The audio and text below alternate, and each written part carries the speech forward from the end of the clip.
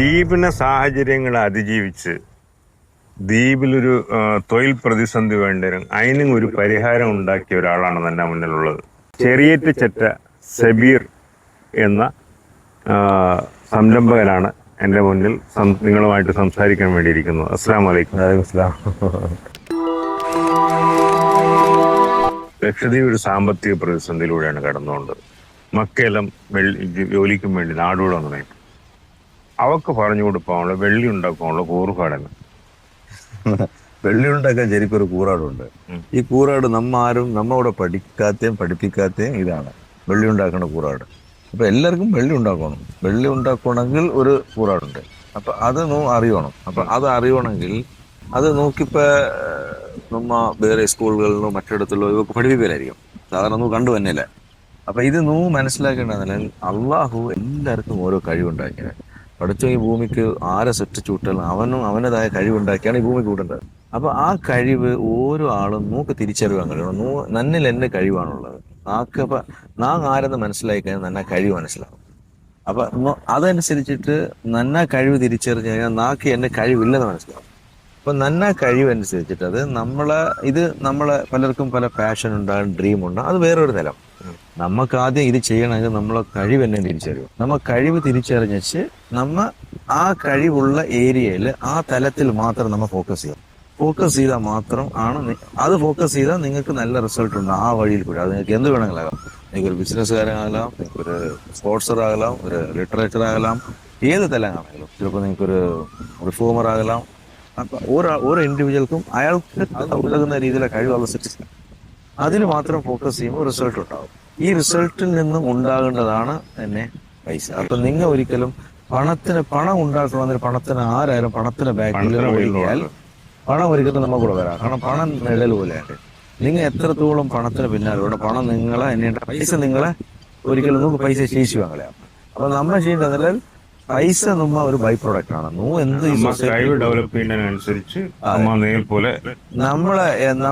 നമ്മ എന്താണോ ഈ സൊസൈറ്റിക്ക് കൊടുക്കേണ്ടത് അതിനെ ഡിപ്പെൻഡ് ചെയ്ത് തന്നെയുണ്ട്.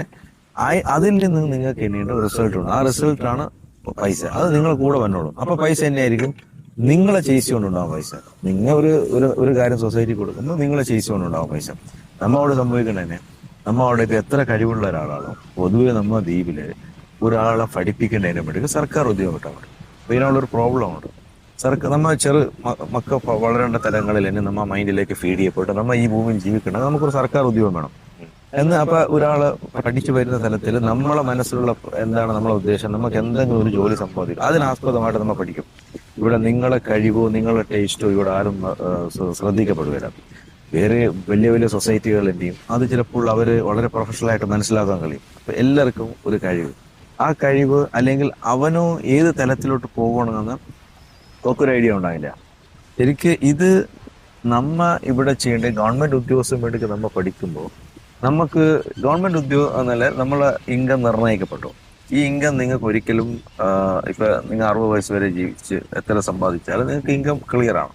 ഓക്കെ, ഇതിനാളിപ്പോ നിങ്ങൾ ഒരു ഗവൺമെന്റ് ജോലിയുണ്ട് പുറത്ത് കിടന്ന ഒരാളാണ്. പുറത്ത് കിടക്കേണ്ടത് നിങ്ങൾക്ക് തോന്നിയത് എന്താണ് തോന്നിയത്? ഇതിനുള്ള ഈ സംഭവമാണ് ഞാൻ പറഞ്ഞത്. അതായത് നമ്മളെ കൂടെ പൊതുവെ ഉള്ള ഒരു കോമൺ മൈൻഡ് സെറ്റ് ആണ് ഒരാൾ നമുക്ക് ജീവിക്കണമെങ്കിൽ സർക്കാർ ഉദ്യോഗം വേണം.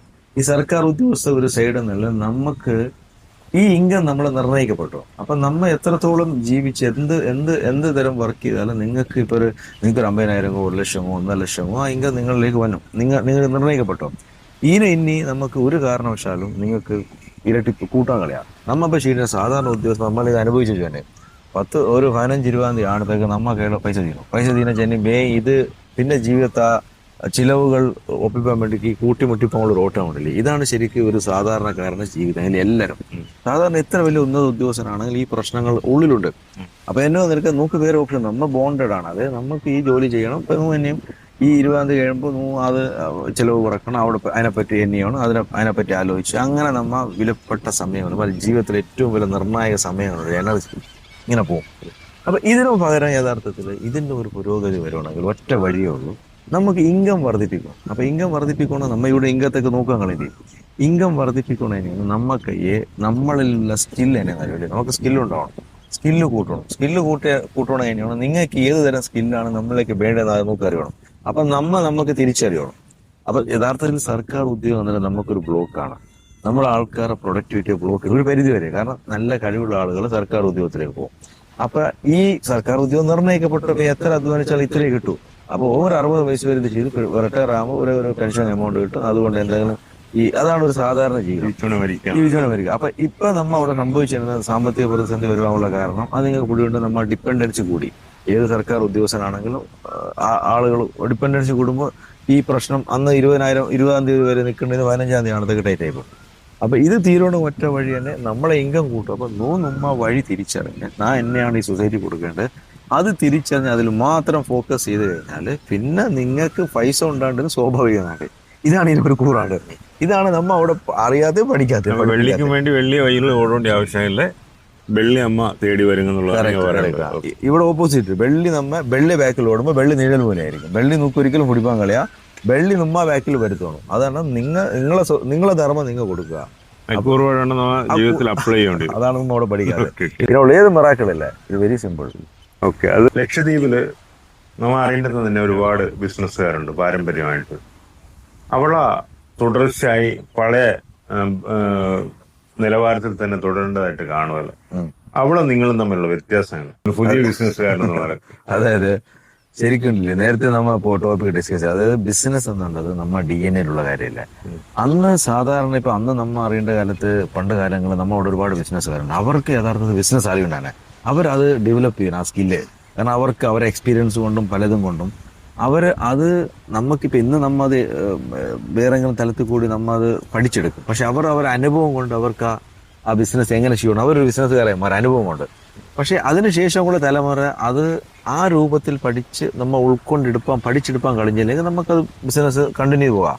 അപ്പൊ അതിൻ്റെ ആ തലമുറ അത് അപ്ഡേറ്റഡ് ആക്കി ആ ബിസിനസ്സിൽ എന്തൊക്കെയാണ് ബിസിനസ്സിലേക്ക് ആവശ്യമുള്ള കാര്യങ്ങൾ അതൊന്നും പഠിച്ചെടുക്കണമാണ്.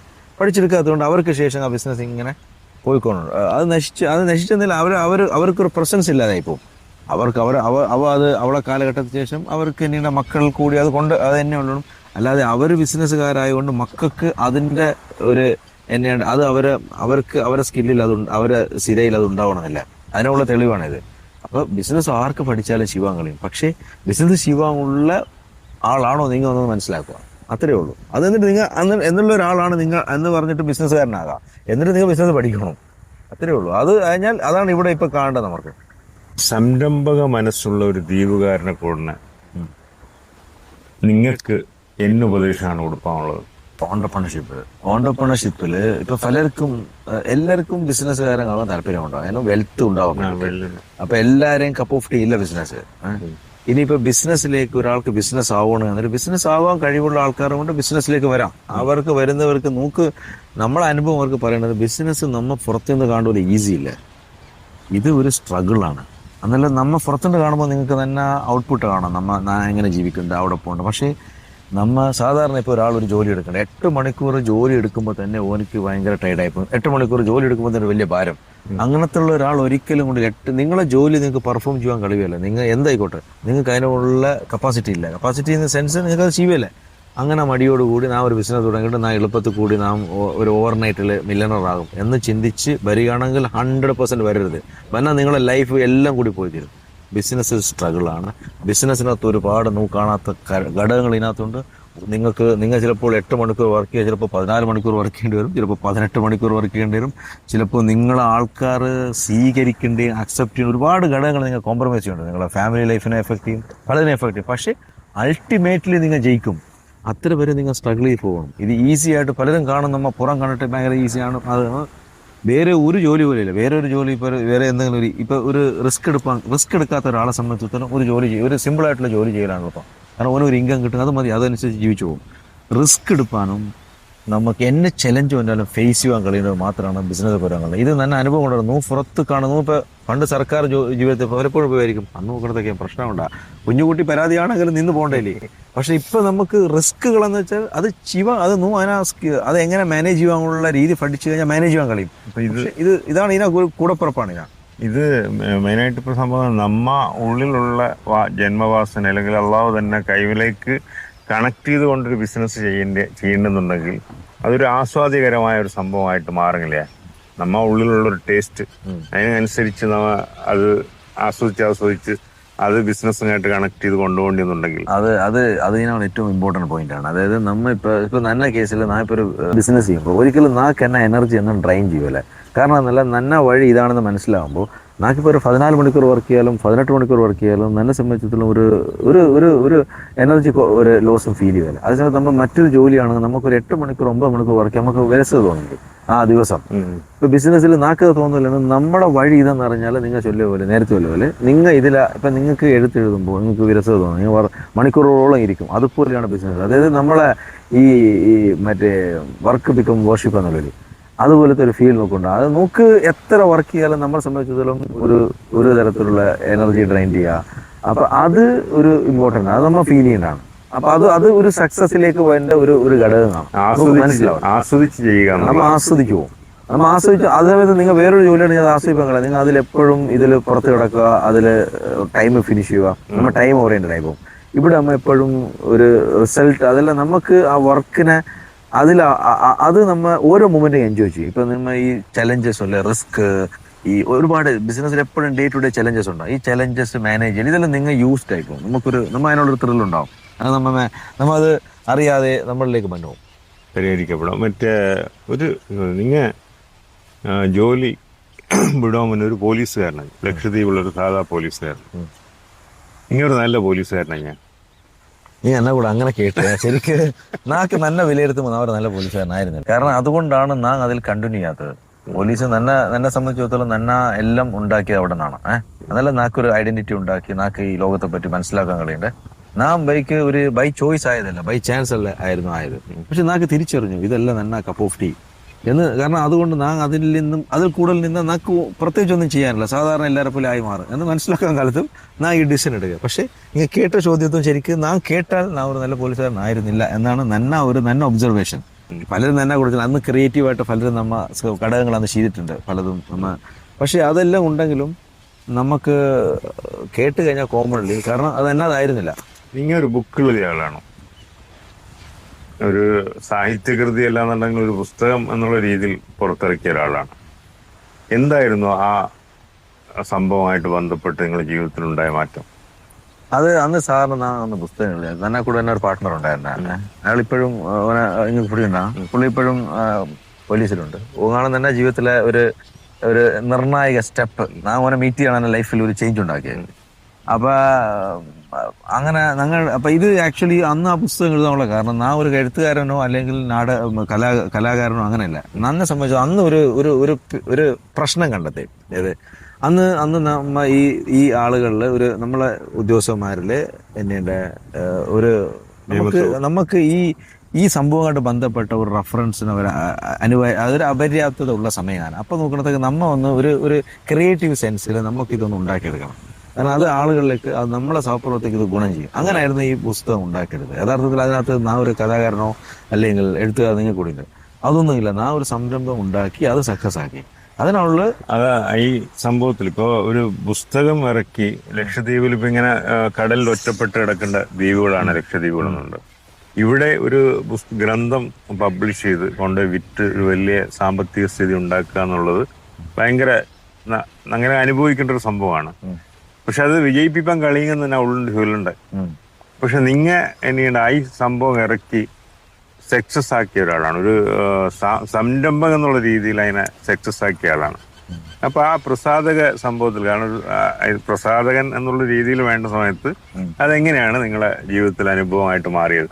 അതാണ് ഞാൻ നേരത്തെ പറഞ്ഞത്. ഇതിപ്പോ എന്ന സംഭവമാണെങ്കിലും നമ്മ ഒരു ക്രിയേറ്റീവ് സാധനം ഉണ്ടാക്കുമ്പോഴല്ലേ നമ്മ ആർക്കാണോ ഇത് കൊടുക്കുന്നത് നമുക്കൊരു ടാർഗറ്റ് ഓഡിയൻസ് ഉണ്ടാകും. ആ ടാർഗറ്റ് ഓഡിയൻസും ഇതിനെ ഒരു നീഡ് ഉണ്ടെങ്കിൽ നിങ്ങൾക്ക് ആ സാധനം ചൂടപ്പം പോലെ സക്സസ് ആവും.